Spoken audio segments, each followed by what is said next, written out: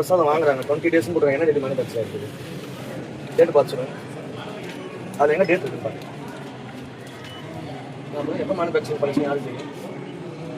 வரவங்களுக்கு சாப்பிட்றவங்க ஏதாவது நாங்கள் தானே போய் சொல்லணும். ஏன் செக் பண்ணல? ஏமா செக் பண்ணல? அது டேட் மேனுஃபேக்சரிங் டேட்டு சீலு எதுவுமே இல்லை.